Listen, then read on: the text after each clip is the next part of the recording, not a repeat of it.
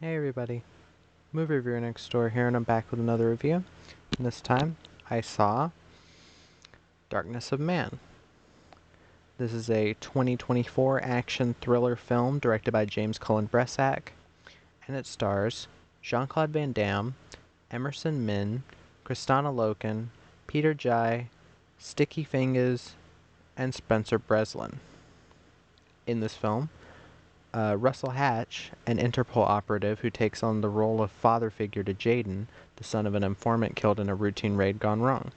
Years later, Hatch finds himself protecting Jaden and his grandfather from a group of merciless gangs in an all-out turf war, stopping at nothing to protect Jaden and fight anyone getting in his way. So, what did I think of Darkness of Man? Well, this is kind of Jean-Claude Van Damme's comeback into film. He has, I think, two other movies set to come out sometime. Um, and I will say, I didn't hate it, but it definitely could have been a lot better. There are a lot of issues that I see with a lot of films like this, but I do think that something that helps it quite a bit is Jean-Claude Van Damme himself, and I think he gives a pretty good performance here. And let me get to the cast.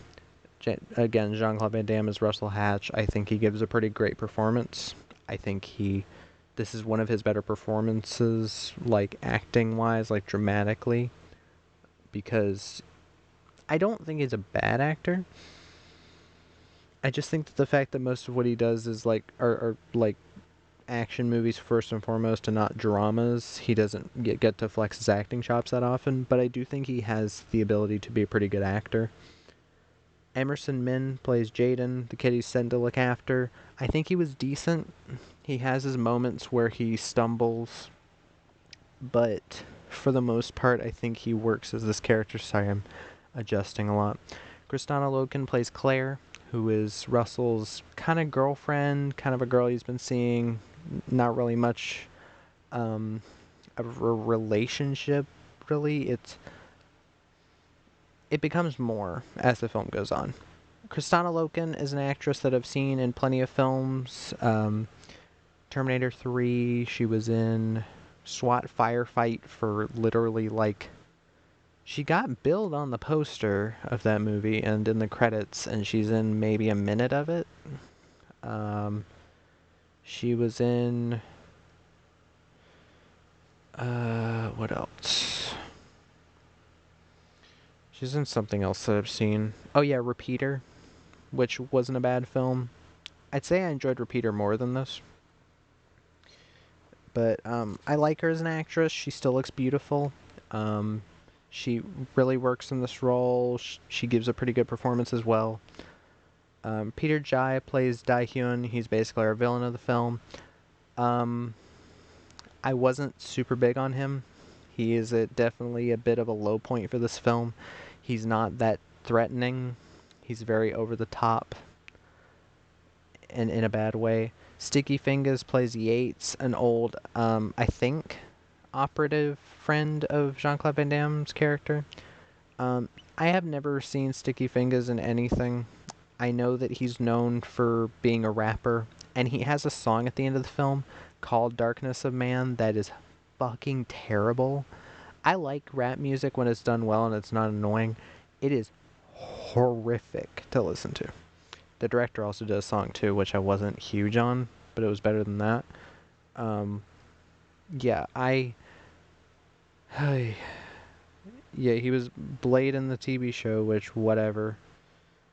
Um, he was fine, I guess. And Spencer Breslin as Chris, he's a next door neighbor of Jean-Claude Van Damme's. He worked as the comic relief. I enjoyed him. This is the same actor that played the kid in Cat in the Hat. He was in The Happening, Santa Claus. Um, I do think he's a good actor. Or Santa Claus 2 and 3. And also cameo appearances from Shannon Doherty. I think she was fine. Zach Ward as Alexei actually fit pretty well as like a Russian like drug runner. He works. And Cynthia Rothrock, which it's regretful because I love Cynthia Rothrock and I wish she'd get to do another action movie. Apparently, she's crowdfunding one where she's the star of it. But yeah, as Nurse Leslie, she's fine. She's there. One of my biggest issues is the misuse of certain people in the cast. Um, you have a character named Bo, who is played by Nick Diaz, who is an MMA guy. Um, and he really doesn't get to do much. He has like one kind of shitty looking fight. It's the worst looking fight scene of the entire movie, even though it's an MMA guy. You'd expect the MMA guy to have like an actual like martial arts fight with Van Damme. He doesn't. Bit of a misuse. You have a lot of people who are just kind of cameos, and they don't add anything to the plot or anything. Like Cynthia Rothrock again, she's there to play a nurse for one scene, and like I liked seeing her. She looks great as always, but I want to see her fight people or giving a good performance because she can give a decent enough performance. Um, Eric Roberts is here in a blink and you miss it cameo. I'm not even kidding. Blink and you miss it because he has one line. He walks up to a taco truck and he says, "Hey, give me a taco, all the load, fully loaded." And then it's like next scene. He never appears again. I'm not even kidding.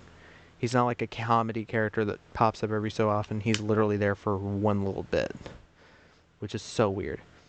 But yeah, like it's so weird to have people in your movie to do nothing instead of like getting multiple people to do little. Just get like one of them to do like kind of supporting role or something. I don't know. Maybe the Eric Roberts thing was like a a favor. I don't know. But overall, this film, Darkness of Man, it's one of those films that if Van Damme wasn't giving this performance, I would say it is watchable, but I wouldn't really recommend it. And I still don't know if I really recommend this because it is a low 7. It's like a mid 6, and Van Damme and Kristanna Loken raise it up to a low 7. Meaning that I think I don't think this movie is worth watching for his performance, but I do think that he gave a shit making this. It's not like he snoozed through it like Steven Seagal does. He wasn't like mumbling his dialogue. He was giving a legit performance. And I can give him a lot of credit for that. I can also give credit to James Cullen Bressak and his direction here and the editing because there are some nice looking shots. And you don't usually get that with films of this type of budget, which I'm guessing is around like the 5 to 10 million range. Because this director usually works on like geezer teaser type stuff. I'll talk about that in a second. But the direction here is pretty slick for the most part. It doesn't look too bad. The fight scenes aren't like choppily edited. This director also did Hot Seat with Mel Gibson and Kevin Dillon. He did Fortress with Bruce Willis, Jesse Metcalfe, Chad Michael Murray. Beyond the Law with DMX, Johnny Messner, Steven Seagal. So he's no stranger to this type of film, but I do think that he actually tried here, direction-wise. It wasn't just point and shoot. There are some really nice shots. There's a couple times it does the thing where it goes into a wall and then it cuts to the next part of the scene. I like those types of shots. I think they can add and like make the. I feel like they can make the film feel paced better. I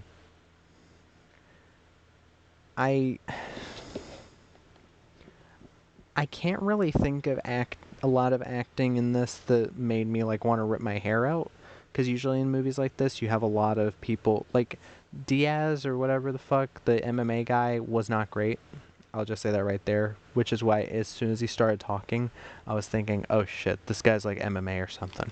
And I was right. But I usually just I that usually doesn't bother me. There's like a couple. The villain is the worst actor in the film, I think. Like that has a bigger role, but pretty much everybody else is doing pretty solid work. This film does not use blood squid or does not use CGI blood that I could tell. The blood looked pretty good, and I'm pretty sure they were using blood squibs. So thank you, James Cullen Bressak, for being one of the few directors currently working in film today that uh, likes using practical effects.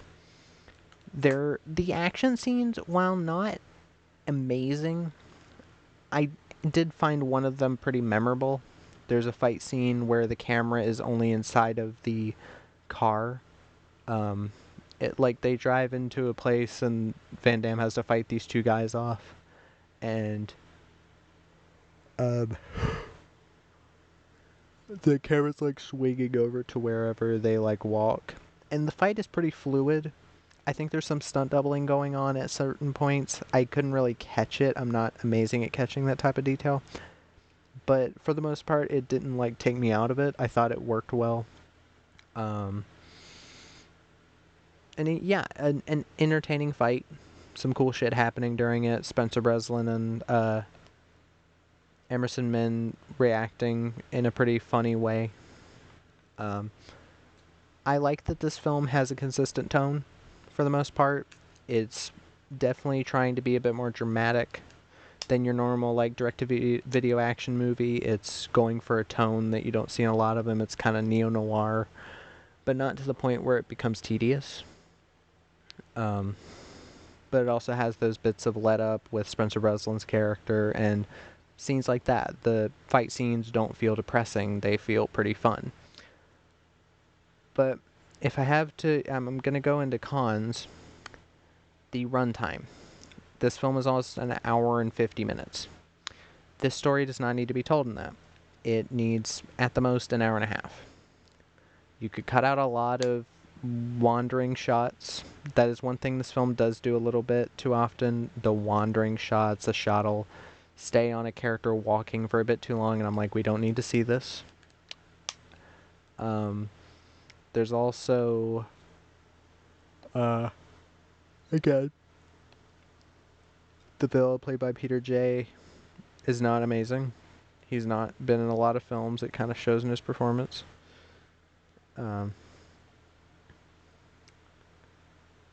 I do wish that Van Damme got... I wish there was more action. I know that might not have been exactly what this film was going for, but I wish there was a little bit more action for sure.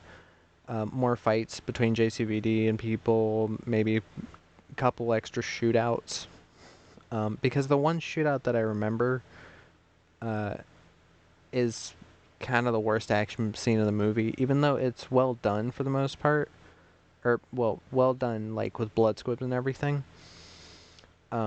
It's one of those where you don't really have any geography. It's like, this guy's shooting from here, and this guy's shooting from here, and this guy's shooting from here, but you don't know where anybody actually is. It's one of those. But, yeah, it's a little bit annoying. Also, one pro I forgot to mention. There's some really fun, brutal kills in this. There's one where a character gets a sniper rifle, like, put right up to their head, and then it goes off, and then their head just fucking explodes, and it's a really awesome practical effect. I really enjoyed that. I enjoy when movies push it a bit and aren't just like, oh, blood squib, blood squib, blood squib, when they do something interesting with it. Another con, the pacing at times gets a little bit slow, especially in the first half. In the second half, it's mostly like smooth sailing. In the first half, it does take a little bit to get going at certain parts. I'd